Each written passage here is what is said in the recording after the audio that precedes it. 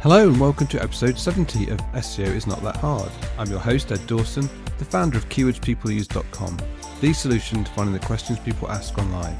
I'm an affiliate marketer, SEO, and I've been building and monetizing websites for over 20 years. I've built sites from the ground up, bought sites and sold sites in large exits. I'm here to share with you the SEO knowledge, hints and tips I've built up over the years. Today I'm going to talk about how to move your content to the next level with keyword clustering.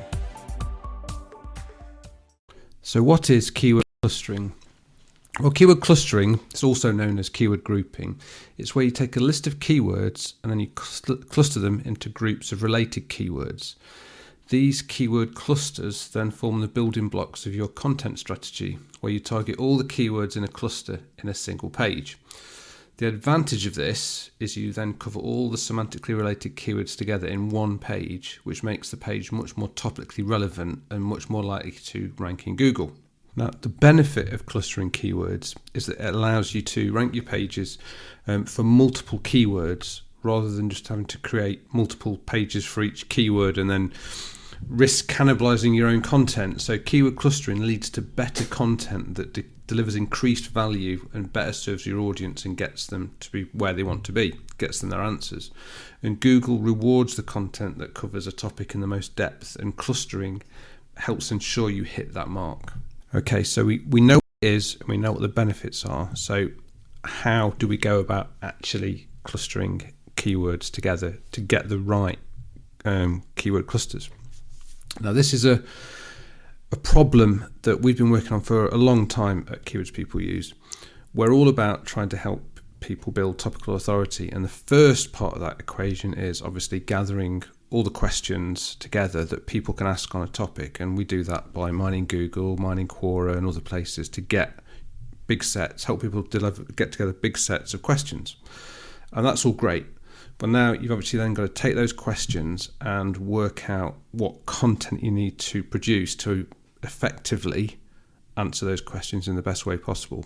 Again, without cannibalizing, without answering the same question on multiple pages. We want to get it tight. We want to get the questions that are related together to answer them in the right place at once and get like one topical authority on each page. Then all the pages linked together to create topical authority across the whole subject area. So obviously we need to have an algorithm, a method of clustering those questions together, the related ones together into individual clusters. Now, we've tried using ChatGPT and other AI methods to do this kind of clustering, and it can make it can make what looks like a good cluster, but as you put more and more keywords in, it gets less and less good. The results you end up with clusters that are too large, or clusters that are too small, or clusters where you've got unrelated things in. It has a good guess, but it is just guessing, and it's not really based on the right data. So we had to start again and think, where else can we look at this? We looked at things like NLP algorithms, and other sort of basic manipulated algorithms like that, sort of language algorithms, to try and do similar things. And you don't really get clusters that are any better than ChatGPT and others were doing. But then we looked at another method, and that is by saying, let's actually interrogate Google for this. And the method of doing this is by taking each individual keyword or question that we want to cluster, going to Google, getting the web pages that rank for that query, and then recording them. And then we get the next keyword and get all the URLs that are ranking in the top 10 for that query. And we do this for all the questions, all the keywords that we want to cluster together. And this can be thousands and thousands of keywords. So you see, it's if you were to do it manually, it's doable, but it'd be an incredibly repetitive task. And you'd end up with a lot of data you'd have to try and manipulate by hand. So what we did was we wrote some software to do this, which is tricky because Google doesn't like people scraping like this. But we're good at scraping Google. We've been doing this for a long time. We know the ways around it. We know how to do it. We know how to build proxy networks. We know to build the infrastructure to do this. So we did that. Okay, so once we've done this, We've then got a huge data set of, for every keyword, what the top 10 URLs that are ranking for it are. Obviously now we need to connect the dots here to work out what the clusters are. And we do this by considering every keyword as a vertex in a graph, so it's like a node. And then between all the keywords, where there are URLs in common, we consider them as an edge. So that's like connectors to between nodes. So with this, you build up a graph of all the nodes and all the connections between them. And what it does is it creates these clusters of nodes and all the other nodes that they're related to, and how the strength of the relationship between those nodes. The more connections, the more related they are.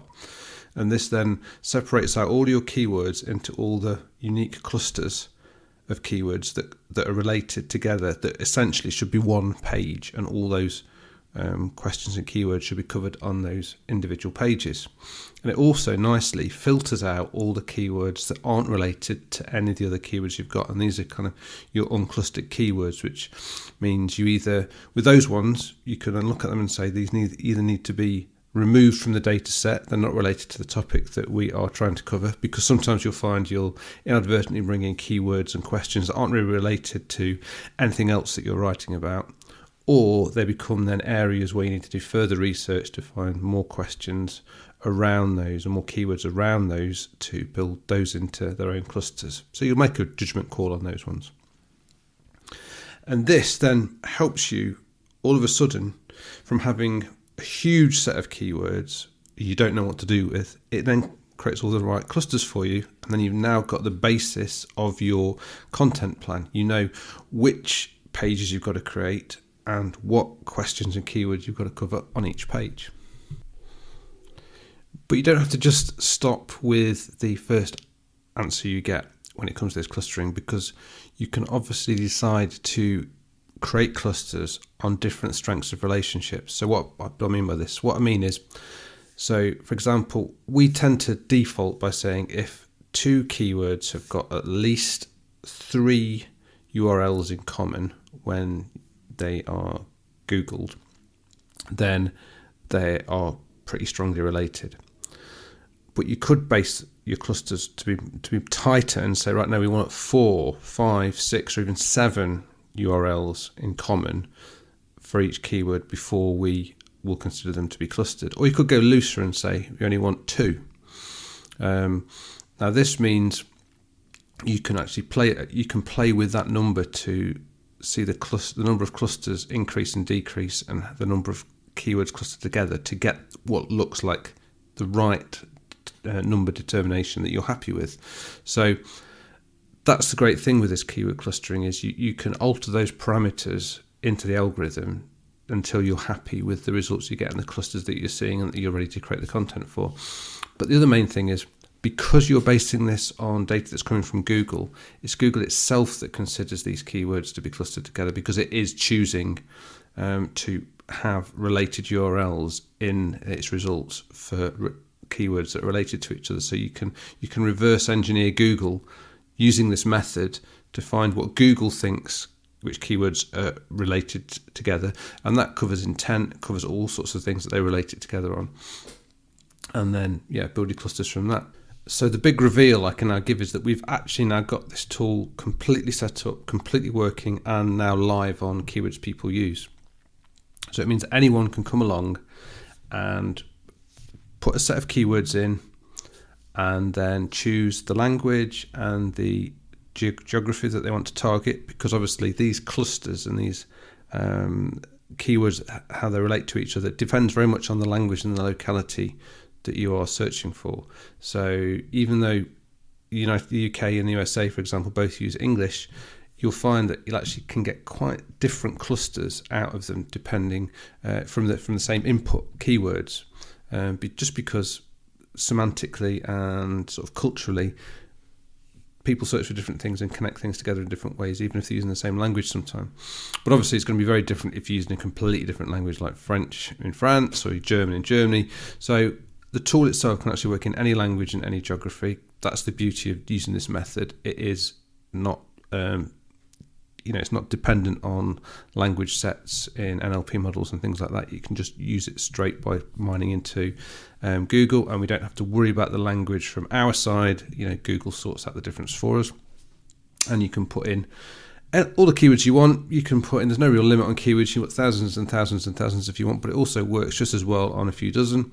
And you can have us then cluster the keywords. We'll go away, we'll do the crawling, we'll build the database, we'll build the graph, and then we'll create those clusters for you. And then you can come along and see those clusters, and you can download the clusters. You can alter the parameters on it for the amount of intersects you want. So whether it's you want 2, 3, 4, 5, 6 or 7 connections to consider a keywords clustered, it's all there and it's all working great.